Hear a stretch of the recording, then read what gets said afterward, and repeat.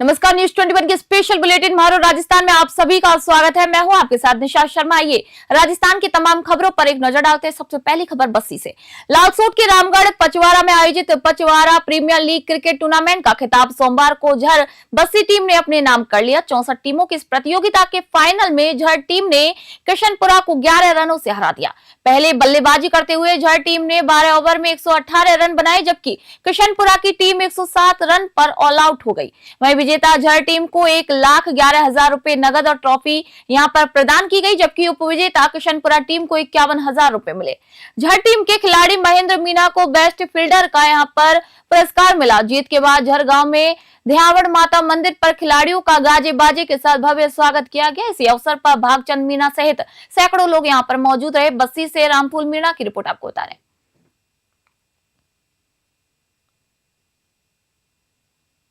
खबर बागोड़ा से। बागोड़ा उपखंड क्षेत्र के भालनी गांव स्थित विद्या भारती स्कूल में स्वामी विवेकानंद जयंती और राष्ट्रीय युवा दिवस के अवसर पर कार्यक्रम का आयोजन किया गया। कार्यक्रम में प्रधानाध्यापक पारसमल माली ने स्वामी विवेकानंद की जीवनी और उनके विचारों से विद्यार्थियों को परिचित कराया।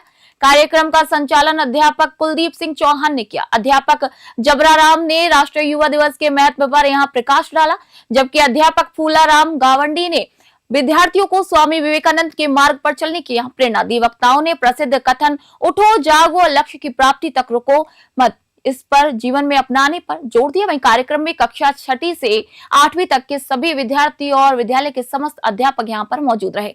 बागोड़ा से रामाराम सोलंकी की रिपोर्ट आप देख रहे हैं।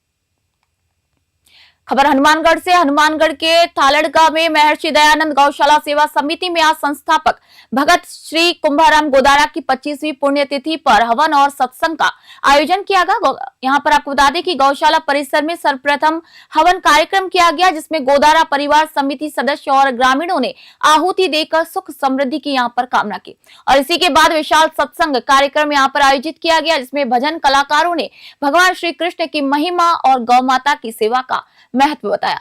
सत्संग में महिला, बुजुर्ग और युवाओं ने बढ़ चढ़ कर भाग लिया। कार्यक्रम में कई लोगों को सम्मानित किया गया। वहीं बताया गया कि भगत कुंभाराम जी ने एक छोटा सा गौशाला भवन यहाँ पर शुरू किया था, जो कि आज 600 गायों की देखभाल करता हुआ विशाल केंद्र बन गया है। आपको बता दें कि मौके पर ग्रामीणों ने सवामणि, हरा चारा, गुड़, खाल, दलिया और आर्थिक सहयोग के रूप में दान पुण्य भी यहाँ पर किया। हनुमानगढ़ से विनोद चौधरी की रिपोर्ट आपको बता रहे हैं।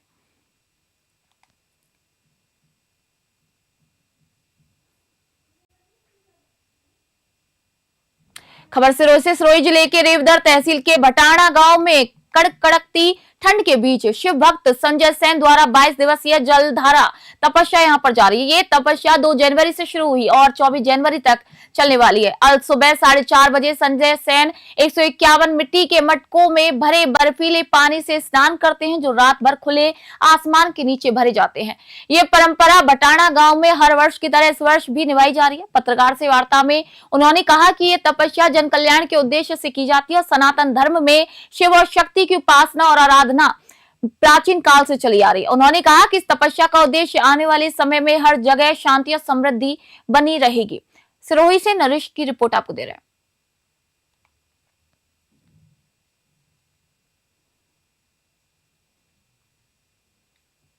खबर डीडवाना से। डीडवाना स्थित श्री बांगड़ महिला महाविद्यालय में आयोजित वार्षिक उत्सव समारोह में राज्यपाल हरिभाऊ बागड़े ने कहा कि देश तभी मजबूत और आत्मनिर्भर बन सकता है जब हर नागरिक अपने सामर्थ्य के मुताबिक राष्ट्र निर्माण में योगदान दे। उन्होंने भारत की प्रतिभाओं की महत्वता बताते हुए कहा कि अगर अमेरिकी सिलिकॉन वैली से भारतीय प्रतिभाएं लौट कर आए तो वहां की वैली खाली हो जाएगी। राज्यपाल ने घर घर में बच्चों के संस्कार और चरित्र निर्माण पर जोर देते हुए कहा कि इससे समाज में बढ़ते अपराधों पर अंकुश लगाया जा सकता है। समारोह में पूर्व मुख्यमंत्री वसुंधरा राजे, भामाशाह सीमेंट के प्रबंध निदेशक हरिमोहन बांगड़ और विधायक यूनुस खान भी मौजूद रहे। अतिथियों ने छात्राओं द्वारा लगाई गई शैक्षणिक प्रदर्शनी और कंप्यूटर लैब का भी निरीक्षण किया और उनका उत्साहवर्धन भी किया। डीडवाना से गुलाम नबी आजाद की रिपोर्ट आपको बता रहे हैं। क्या कदम उठाए जा रहे हैं? महिलाओं में प्रति अपराध बढ़ता जा रहा है।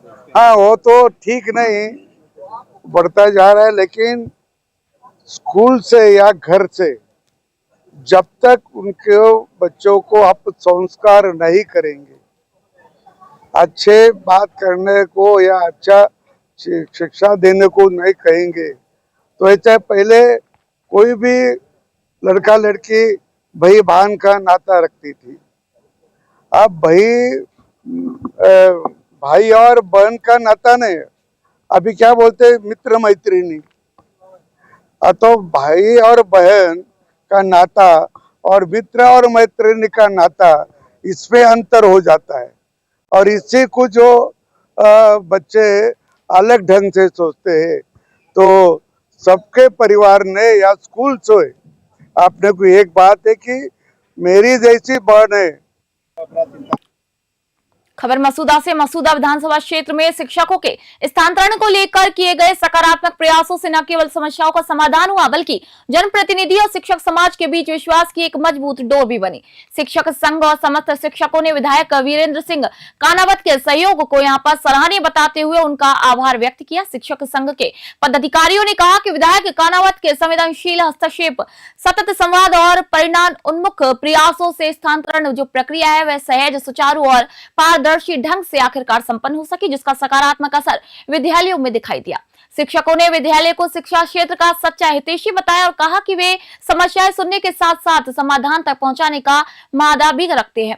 सेकंड और थर्ड ग्रेड शिक्षकों में एक नई उम्मीद जगी और उनका भरोसा है कि विधायक आगे भी सभी वर्ग के शिक्षकों की समस्याओं को यहां पर प्राथमिकता देंगे। मसूदा से गौरव व्यास की रिपोर्ट आपको बता रहे हैं।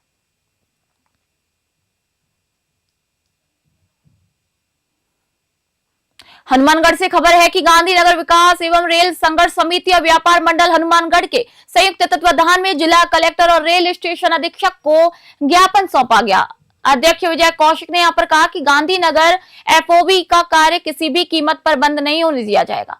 उन्होंने चेतावनी दी कि ये पुल गरीब जनता का है और इसे किसी भी राजनीतिक कारण के लिए बंद नहीं होने दिया जाएगा। इस पुल से रोजाना हजारों गरीब रेहड़ी लगाने वाले मजदूर, महिला और कन्या स्कूल की छात्राएं गुजरती है।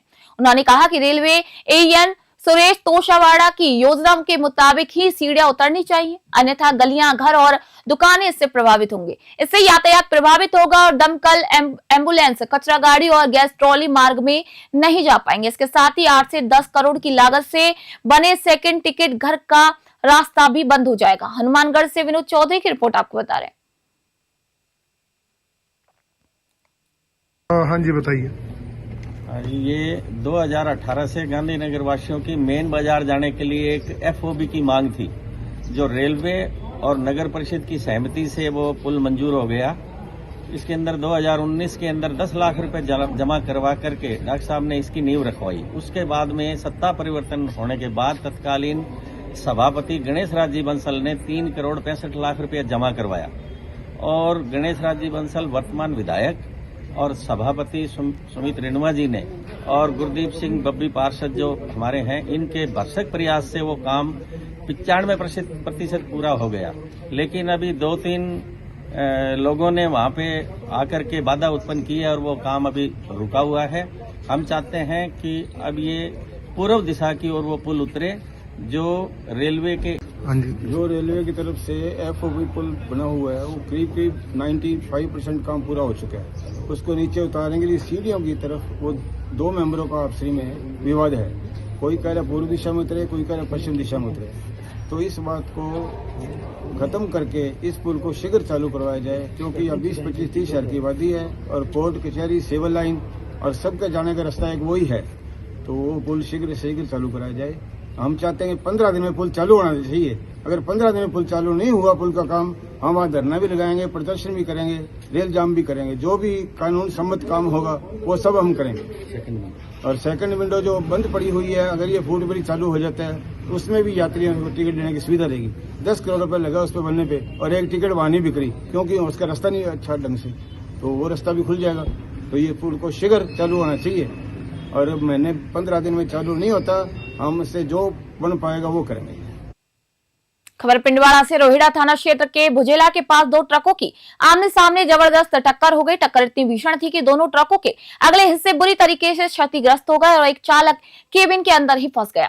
मौके पर मौजूद लोगों और कर्मचारियों ने काफी मशक्कत के बाद चालक को सुरक्षित बाहर निकाला। हादसे की सूचना मिलते ही रोहिड़ा पुलिस और L&T कंपनी के कर्मचारी मौके पर पहुंचे। दुर्घटना के कारण हाईवे पर कुछ समय के लिए लंबा जाम लग गया। L&T कर्मचारियों ने दोनों क्षतिग्रस्त वाहनों को सड़क किनारे हटवाकर यातायात को पुनः सुचारू कराया। वहीं पुलिस ने ने मौके पर पहुंचकर हादसे के कारणों की जांच भी शुरू कर दी। पिंडवाड़ा से राहुल रावल की रिपोर्ट आप देख रहे हैं।